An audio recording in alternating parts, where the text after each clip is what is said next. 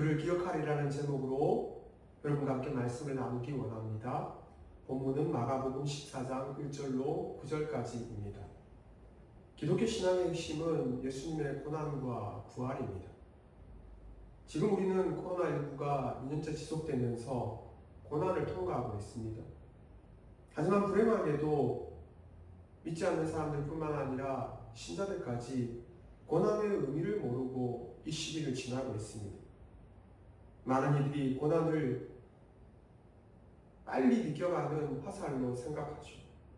그런데 이 고난은 사람들의 온 마음과 마음을 관통하고 있습니다. 작년부터 올해까지 고난이 자신과는 거리가 멀었다라고 생각하는 사람들에게 예고 없이 찾아왔습니다. 그리고 이 고난으로 인해서 매우 힘든 고비를 지나고 있는 모습을 자주 듣습니다. 그뿐입니까? 고난의 밑바닥을 치고 있던 이들에게도 이 끝나지 않는 고난 때문에 인내의 한계를 맞이하고 있다고 고백하는 것을 들을 수 있었습니다. 그런 가운데 우리가 이 고난 주간을 시작하고 있습니다. 오늘은 베나니에서 옥합을 깨뜨린 한 여인 마리아의 헌신을 묵상해 보기를 원합니다. 예수님의 이 고난 스토리는 신비이죠. 왜냐하면 예수님이 겪은 고난은 인류 역사에서 인간이 겪을 수 있었던 가장 극적인 스토리이기 때문입니다. 지금도 많은 사람들은 그래서 예수님의 고난을 역사적 사실로 잘 받아들이지 않습니다.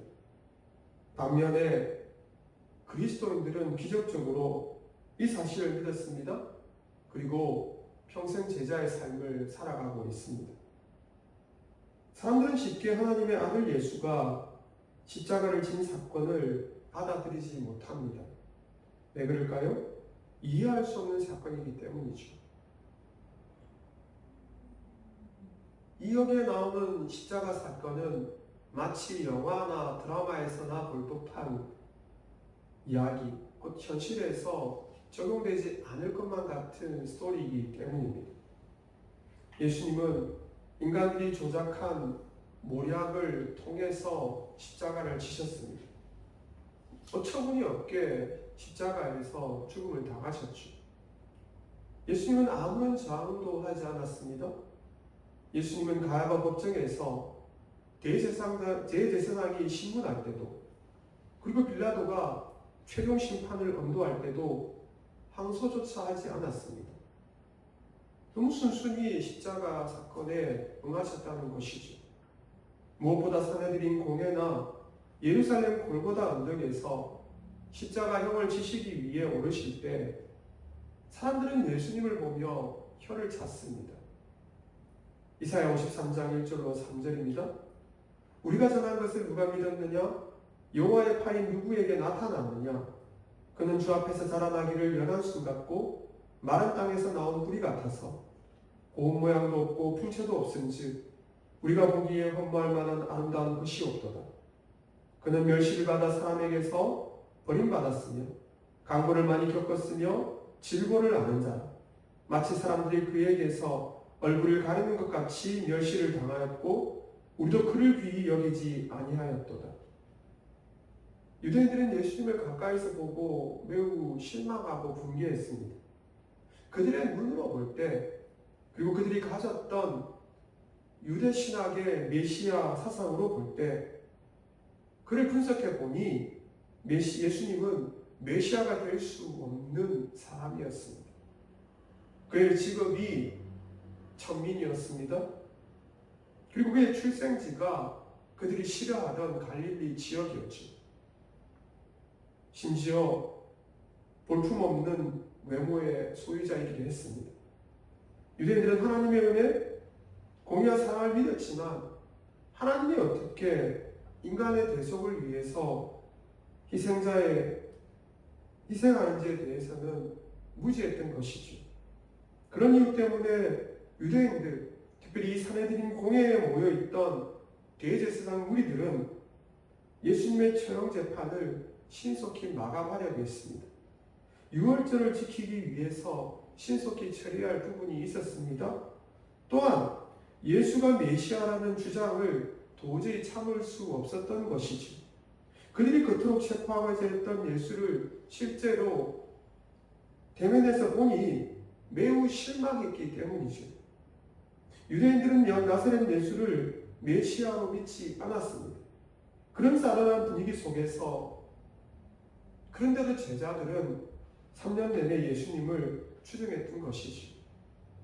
제자들이 예수님을 따른 것 자체가 주의 은혜였습니다. 하나님이 베푸신 사랑의 기적이었습니다. 제자들은 나름 예수님을 사랑했고 신뢰했습니다. 그래서 고난 중에도 예수와 더불어 동고동락했습니다. 그런데 본문은 제자들과 예수님 사이에 영적 균열이 과속화된 계기를 말해주고 있습니다.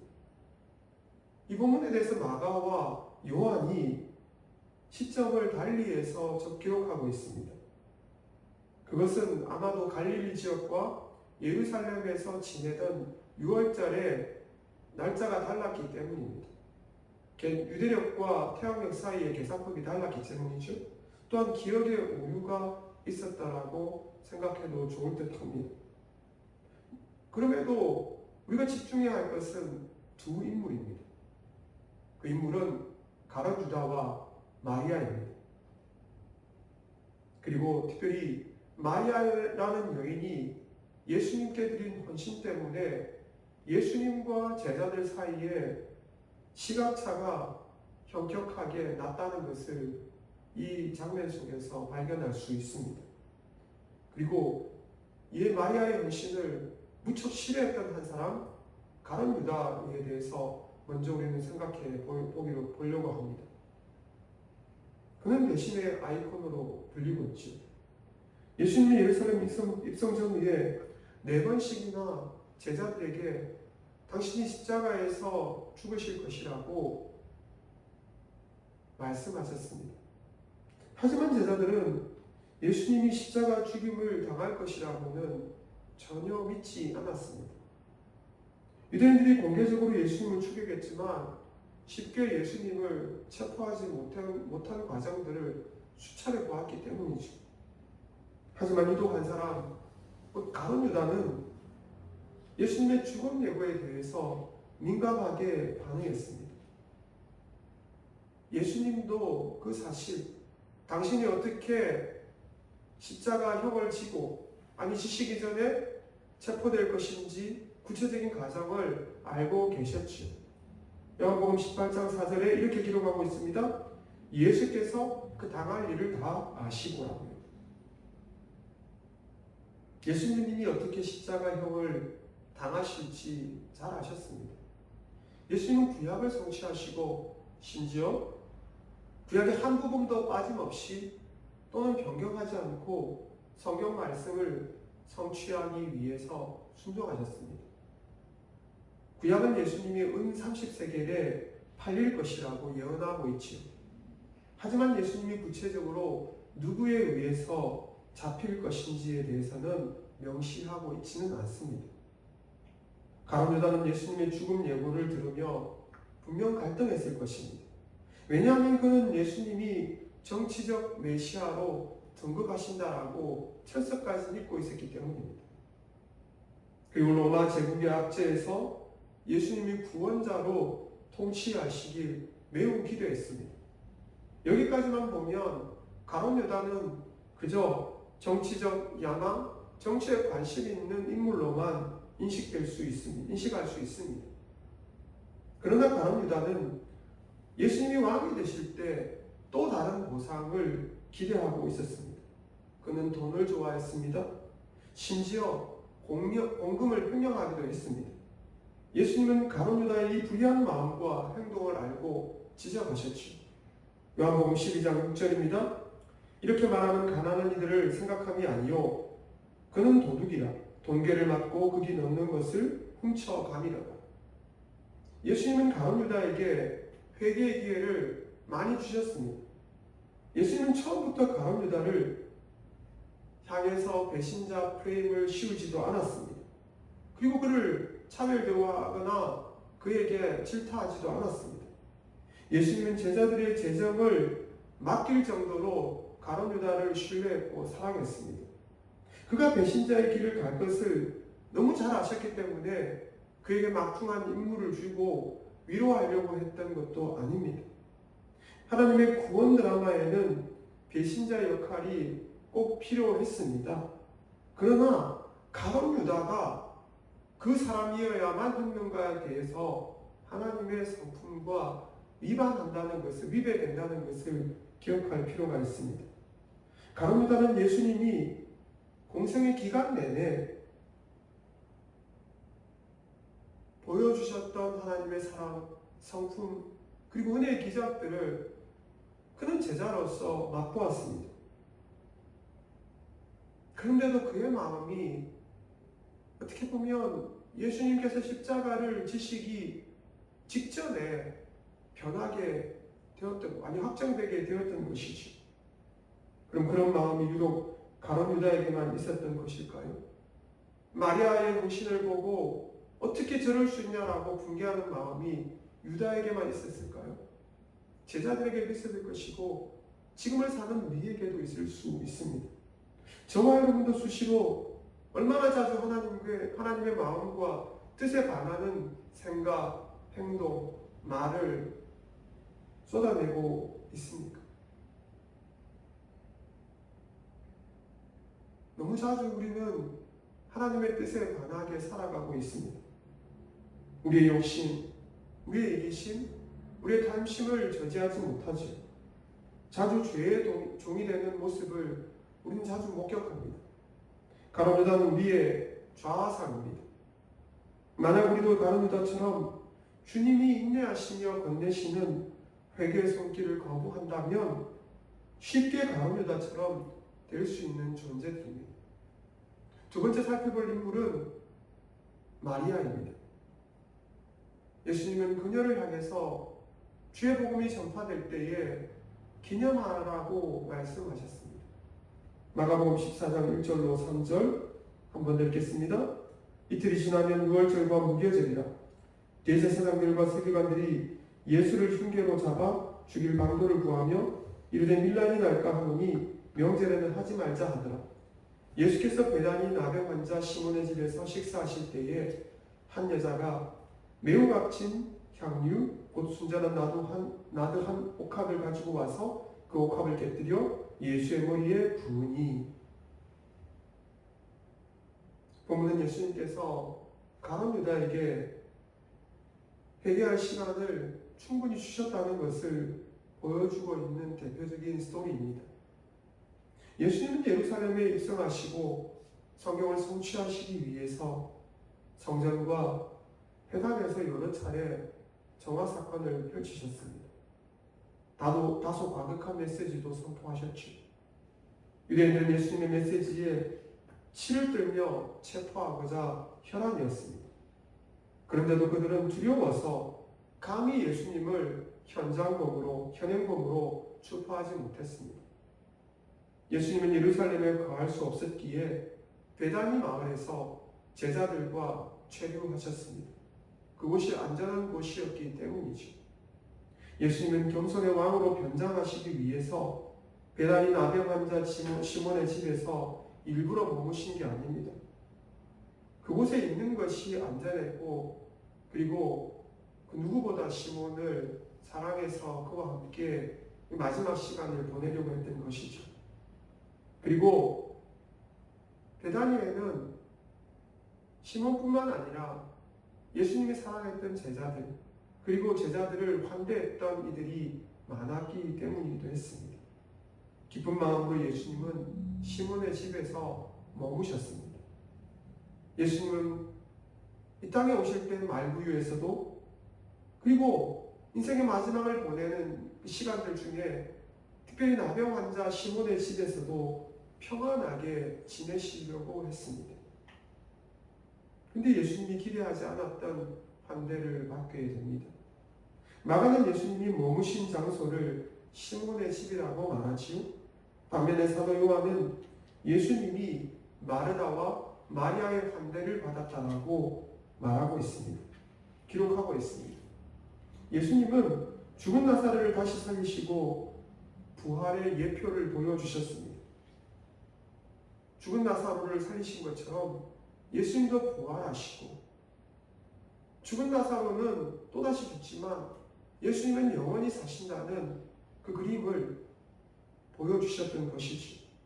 나사로의 누이였던 마르다와 마리아는 예수님의 사랑을 평생 간직하며 살 수밖에 없었습니다. 그런데 마리아는 예수님이 십자가를 지시는 때가 임박했다는 것을 잘 알고 있었습니다. 물론 구체적으로 신학적으로 알고 있었던 것은 아닙니다.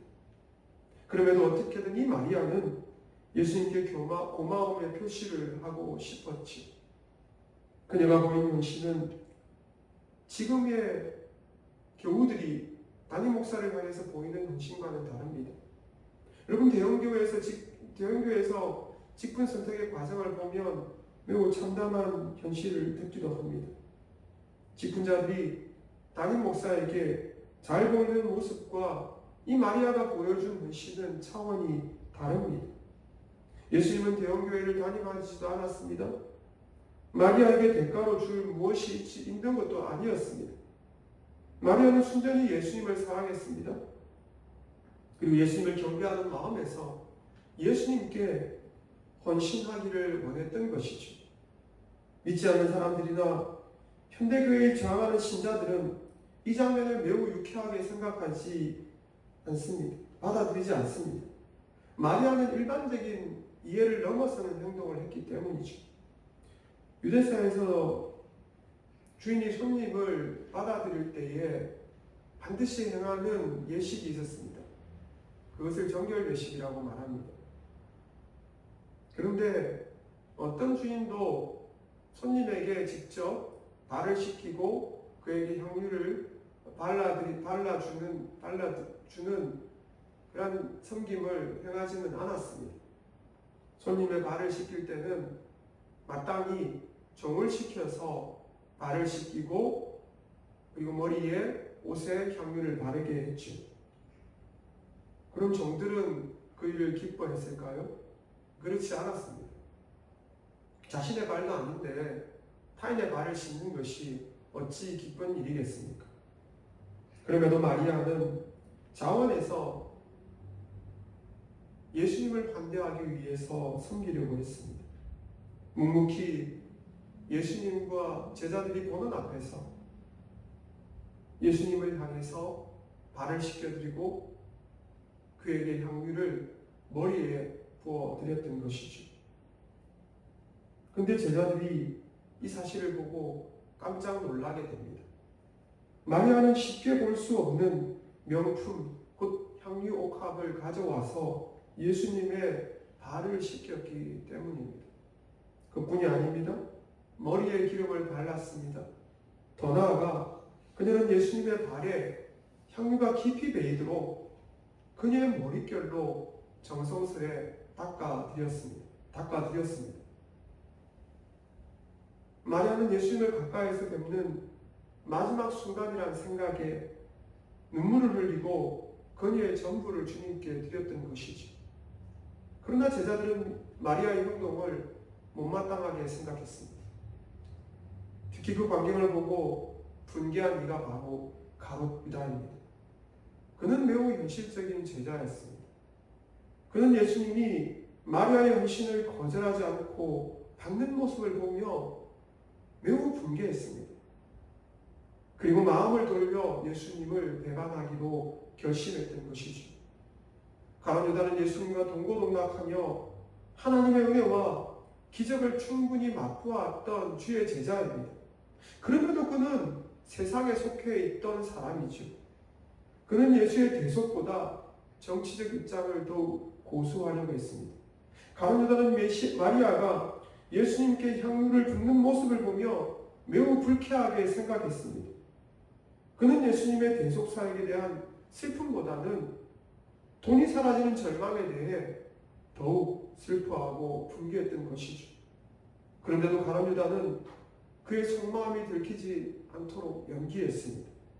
예수님은 가롯 유다를 그럼에도 끝까지 신뢰하고 붙들었습니다. 그러나 그는 예수님께 실망했고 곧장 그 길로 배신하기로 결정했던 것이지. 그는 마치 자신만이 제자 공동체를 생각하는 유일한 제자인 것처럼 행세했습니다. 하지만 그의 마음속에는 자신이 취하지 못한 차에 곧 길의 이 감소에 대한 분노로 들끓었습니다. 마리아가 가져온 나드 한 근을 시장 조사를 통해서 잘못 팔면 큰 차액을 자신이 챙길 수 있었다는 계산이 있었기 때문이죠. 놀랍게도 가룟 유다만 그런 마음을 가진 것은 아니었습니다. 제자들도 가룟 유다처럼 계산이 빠르지는 못했지만 마리아의 헌신을 보고 매우 황당해했습니다. 왜 그랬을까요?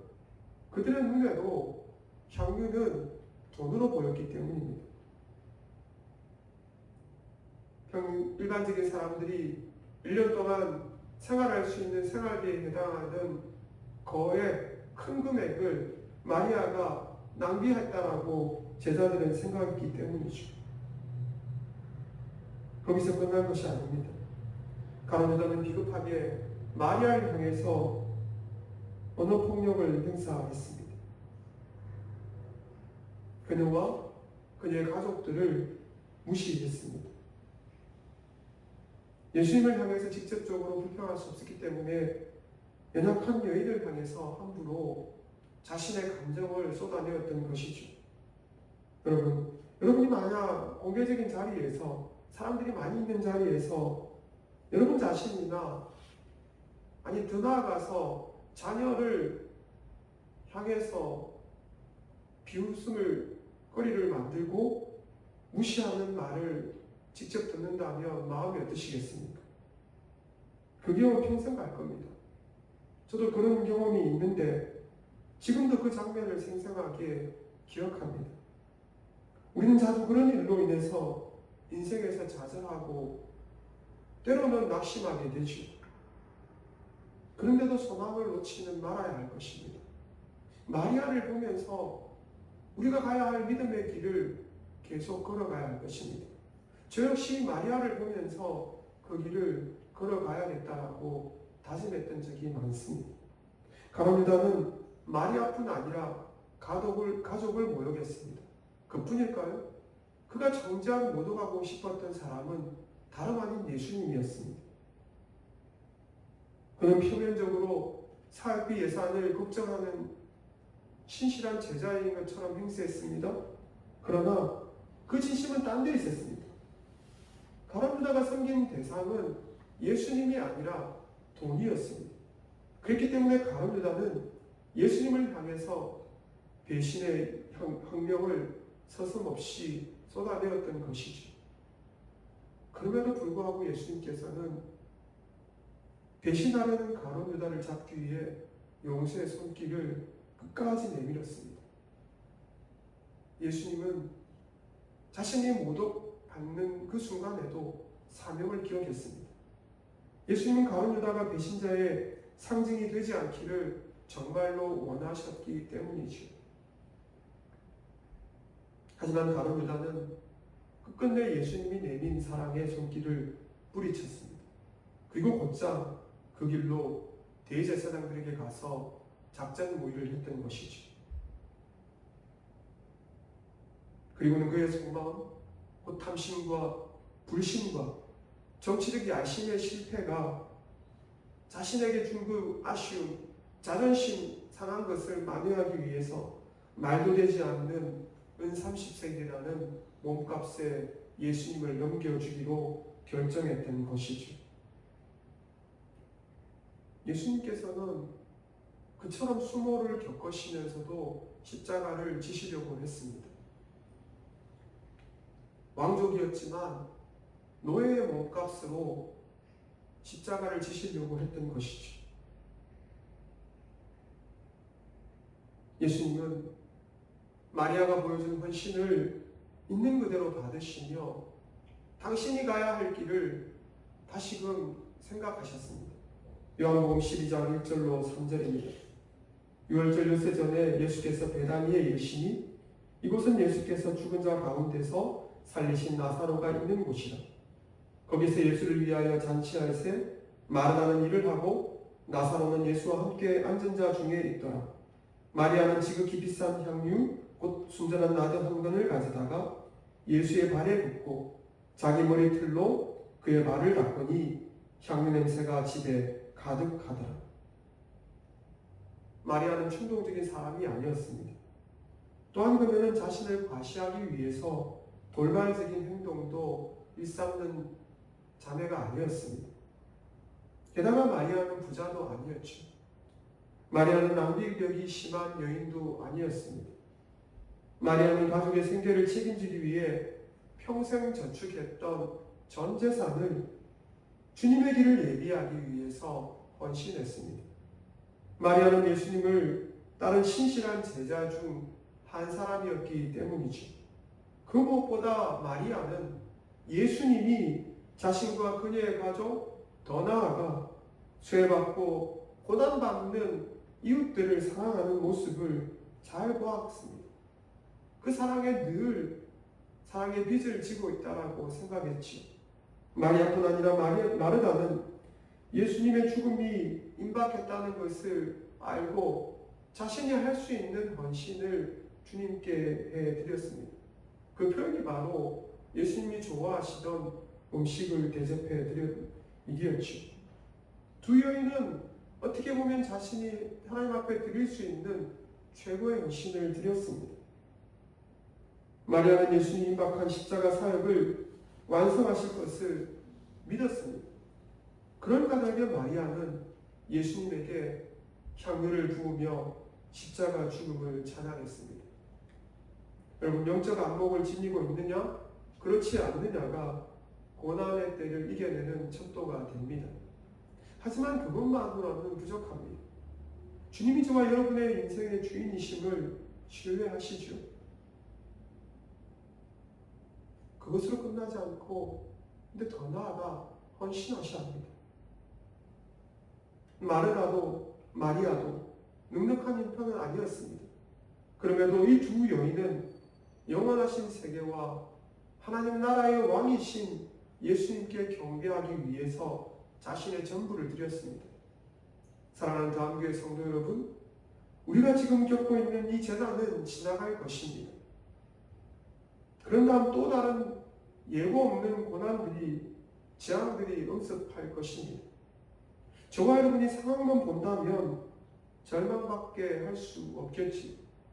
사방을 돌아봐도 희망이 보이지 않습니다. 이런 때 어떻게 해야 할까요? 그때 마리아의 헌신을 바라보는 저와 여러분이 되기를 소망합니다. 저는 지금 여러분에게 헌금 많이 하고 헌신 많이 하라는 뜻이 아닙니다. 사랑하는 여러분, 마리아는 주님 앞에서 참된 예배를 드렸습니다. 그처럼 여러분도 영과 진리로 성자 예수님의 대속과 고난에 감사하십시오. 우리가 예수의 고난을 우리의 삶 속에서 상언으로 담아내지 못한다면 아무런 의미가 없습니다. 탐욕으로 주님을 따르기보다 주 앞에 순전한 마음으로 주님을 따르려고 해야 할 것입니다. 가짜 헌신, 의도를 지닌 거짓 희생이 지금 난무하는 시대 가운데 살고 있습니다. 그럼에도 여러분이 참된 예배자가 되고자 한다면 우리가 드려야 할 헌신이 있겠죠. 그것은 거룩한 낭비일 것입니다. 주일이라는 거룩한 시간을 주 앞에 구별해서 드리시기 바랍니다. 보이지 않는 하나님을 예배하기 위해서 매일 시간을 떼고 조용한 시간을 정해서 주님과 만나는 시간을 갖기를 바랍니다. 주님의 지상명령을 성취하기 위해서 주의 복음을 전하기 위해서 때를 얻든지 못 얻든지 복음을 전하시기를 열망하시기를 바랍니다. 그것이 바로 우리가 지닌 거룩한 시간, 거룩한 재물을, 거룩한 마음을 낭비하고 주 앞에 쏟아내는 일이 될 줄로 믿습니다. 그러면 우리가 드린 희생과 헌신보다 주님이 우리를 믿어주시고 우리를 참아주시고 인내하신 것이 더 말로 다 할 수 없이 크다는 것을 기억하시기 바랍니다. 그 그러므로 예수님의 약속을 기억하며 이 땅에서 우리가 겪고 있는 이 고난을 잘 견뎌내시기를 소망합니다. 주님은 주의 복음이 선포되는 현장마다 마리아의 헌신을 기념하라고 말씀하셨습니다. 그처럼 우리가 주 앞에 드린 헌신도 주께서는 기억하시고 우리를 칭찬해 주실 줄로 믿습니다. 사랑하는 교우 여러분, 우리가 주님의 대속을 묵상하며 기억해야 할 점이 있습니다. 그것은 신자로서 늘 생각해야 하는 자세이죠. 무엇일까요? 우리 앞에 늘 죽음이 와 있다라고 생각하시기 바랍니다. 최근에 읽은 책들 중에 보면 두 가지 라틴어 격언이 자주 인용되는 것을 봅니다. 하나는 죽음을 기억하라는 메멘토 모리입니다. 죽음을 기억하는 신자는 겸손하게 이 땅 가운데서 살아갈 수 있게 될 것이기 때문이죠. 이 라틴어 문장과 함께 까르페 디엠, 오늘을 영위하시길 소망합니다. 주님의 제자로서 늘상 죽음을 생각할 뿐만 아니라 하나님께서 우리에게 주신 오늘을 기억하는 것이 신자가 주 앞에 드리는 헌신할 기회임을 기억하십시오. 주께서 우리에게 베풀어 주신 믿음, 우리에게 선물하신 사랑, 우리에게 계속해서 주시는 소망을 우리만 점유하지 않고 이웃들과 우리의 가족과 우리의 직장 동료들에게 나누기를 힘쓰십시오. 어떤 때는 수치를 당할 수도 있습니다. 어떤 때는 모욕감과 모독을 받을 수도 있습니다. 그럼에도 불구하고 인내하시며 참고 순종하는 복음의 증인 되시기를 소망합니다. 주께서 우리를 보고 계시고 주님도 그 길을 걸어가셨다는 것을 기억하십시오. 주님 우리에게 요구하시는 헌신은 거창한 헌신이 아닙니다. 우리의 진심을 담아서 우리가 호흡하는 삶의 현장에서 제자로 살아가시길 주님이 우리에게 원하십니다. 이 길을 걸을 때에 우리 가운데 우리에게 직간접적으로 상처가 생기는 일, 심리적인 아픔이 생기는 일, 좌절이 생기고 절망이 생기는 일이 부지기수로 밀려오겠지. 그럼에도 두려워하지 말고 마리아가 주 앞에 전부를 내던졌던 것처럼 우리가 가진 전부를 내던지는 다음 교회 교우들이 되기를 바랍니다. 그것이 주의 대속을 묵상하며 이 고난주간을 지날 때에 신자의 믿음이 한 단계 업그레이드되는 기회가 될 줄로 믿습니다.